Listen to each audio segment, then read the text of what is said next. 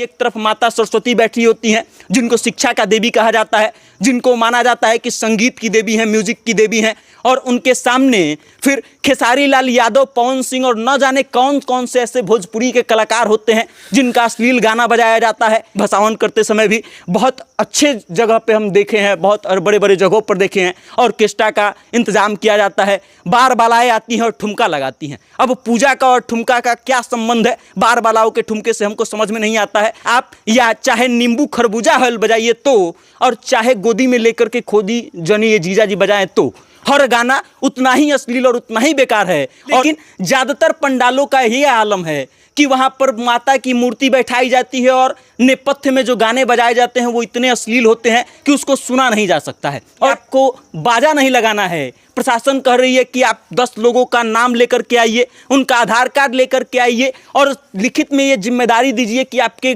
पंडाल में अश्लील गाना नहीं बजेगा। एक वो दौर जब पूजा पाठ के पंडालों में ये गाना सुनाई देता था कि माई डोली चढ़ी चलेली सेवक घरवा, से आज का दौर जहां पर गोदी में लेकर जनी खोदी ये जीजा जी जैसे गाने सुनाई देते हैं। ये गाने हम आपको क्यों बता रहे हैं? क्योंकि हम जिस पंडाल में खड़े हैं ये हमारे गांव का पूजा पंडाल है।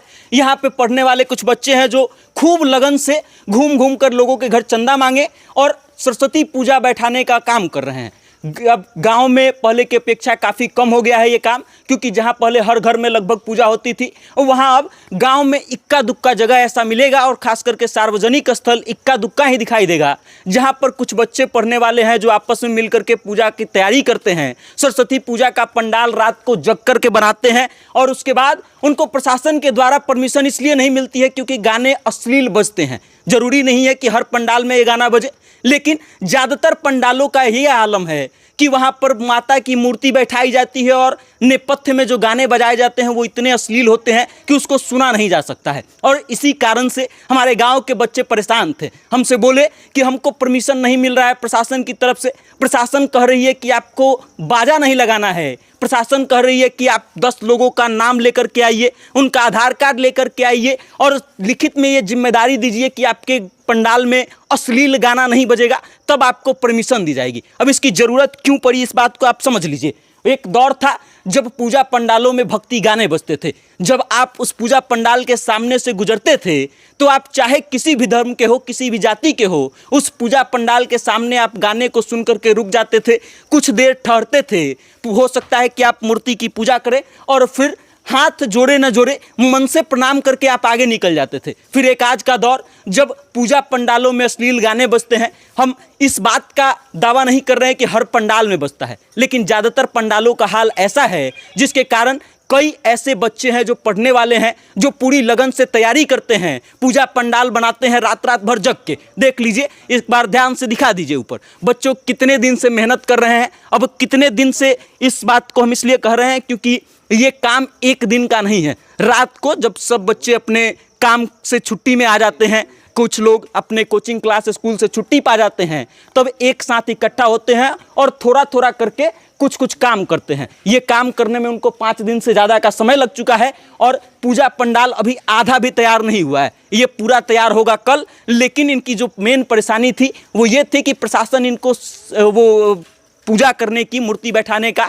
परमिशन ही नहीं दे रहा था। उसके पीछे का कारण सिर्फ एक कि आजकल बाजा में अश्लील गाने बजाए जाते हैं। अब दोष इन बच्चों का तो है नहीं, दोष उन लोगों का है जो गाना बजाते हैं अश्लील और उसके साथ ही पूजा मनाते हैं। अब आप समझिए कि एक तरफ माता सरस्वती बैठी होती हैं, जिनको शिक्षा का देवी कहा जाता है, जिनको माना जाता है कि संगीत की देवी हैं, म्यूजिक की देवी हैं, और उनके सामने फिर खेसारी लाल यादव, पवन सिंह और न जाने कौन कौन से ऐसे भोजपुरी के कलाकार होते हैं जिनका अश्लील गाना बजाया जाता है। हम इस बात को लेकर के बिल्कुल भी संदेह में नहीं है कि पवन सिंह और खेसारी लाल यादव या फिर भोजपुरी के अच्छे कलाकारों का गाना नहीं है, लेकिन गाने जो बजते हैं हम उनका जिक्र कर रहे हैं। आप या चाहे नींबू खरबूजा हल बजाइए तो, और चाहे गोदी में लेकर के खोदी जनी ये जीजा जी बजाएं तो, हर गाना उतना ही अश्लील और उतना ही बेकार है। और आप समझिए कि एक माता जिसको शिक्षा का देवी माना जा रहा है, उसके सामने बैठ करके अगर ये गाना बजाया जाए तो कितना शर्म की बात है।